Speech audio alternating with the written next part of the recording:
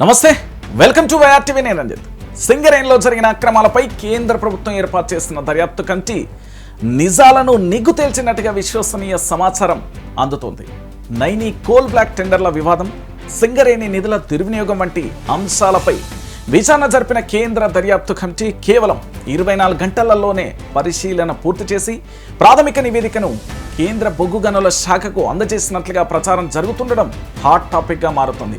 Committee పరిశీలనలో కీలక విషయాలు కూడా గుర్తించినట్లుగా కూడా తెలుస్తుంది. కనీస నిబంధనలు పాటించకుండా సిఎస్ఆర్ నిధులను దుర్వినియోగం తేల్చినట్లుగా సమాచారం.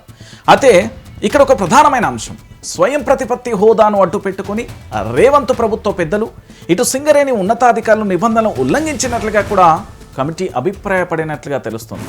కార్మికుల డబ్బు, ప్రైవేట్ కార్యక్రమాలకు, సింగరేణి బొగ్గు గనుల కార్మికుల శ్రమతో కూడిన నిధులను మెస్సీతో మ్యాచ్ ఆడే కార్యక్రమాలకు, ఇతర ప్రైవేట్ ఈవెంట్లకు ఎలా వినియోగిస్తారని కేంద్ర అధికారులు ఆశ్చర్యాన్ని కూడా వ్యక్తం చేసినట్లుగా సమాచారం.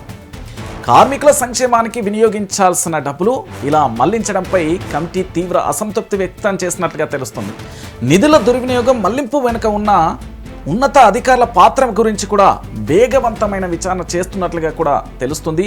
ఈ కమిటీకి సంబంధించి వేగంగా విచారించాలంటూ కూడా సూచించినట్లుగా సమాచారం. ముఖ్యంగా నైని బ్లాక్ టెండర్ల ప్రక్రియ, అందులో జరిగిన నిర్ణయాలు, ఆర్థిక లావాదేవీలపై లోతైన విచారణ అవసరమని నివేదికలో ప్రస్తావించినట్లుగా టాక్ వినిపిస్తుంది. ఇక కేంద్రానికి చేరిన నివేదిక, త్వరలో చర్యలు ఉంటాయా? నైని బ్లాక్ టెండర్ వివాదం, ఇటు సిఎస్ఆర్ నిధుల దుర్వినియోగం సహా అన్ని అంశాలను పొందుపరుస్తూ కేంద్ర దర్యాప్తు కమిటీ తన ప్రాథమిక నివేదికను శుక్రవారం సాయంత్రమే కేంద్ర బొగ్గు గనుల శాఖతో పాటు కోల్ ఇండియా ఉన్నతాధికారులకు కూడా పంపించినట్లుగా సమాచారం అందుతుంది.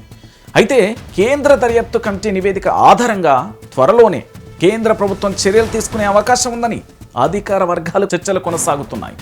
మొత్తంగా నైని కోల్ బ్లాక్ టెండర్ల వివాదంతో సింగరేణి వ్యవహారం జాతీయ స్థాయిలో చర్చకు దారితీసే పరిస్థితి కనిపిస్తుండగా రాజకీయంగానూ ఇది పెను దుమారం సృష్టించడం ఖాయమేనని కామెంట్స్ కూడా వినిపిస్తున్నాయి. సో మొత్తానికి కేంద్ర దర్యాప్తు సంస్థలకు సంబంధించి ఇటు రాష్ట్రానికి సంబంధించి విచారణ వేగవంతం జరిగి చర్యలు తీసుకుంటారా?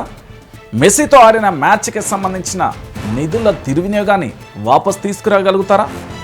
రాష్ట్ర ప్రభుత్వం నిజంగా బోన్లో నిల్చోబోతుందా? ఏం జరగబోతుంది అనేది మనం కూడా వేచి చూద్దాం.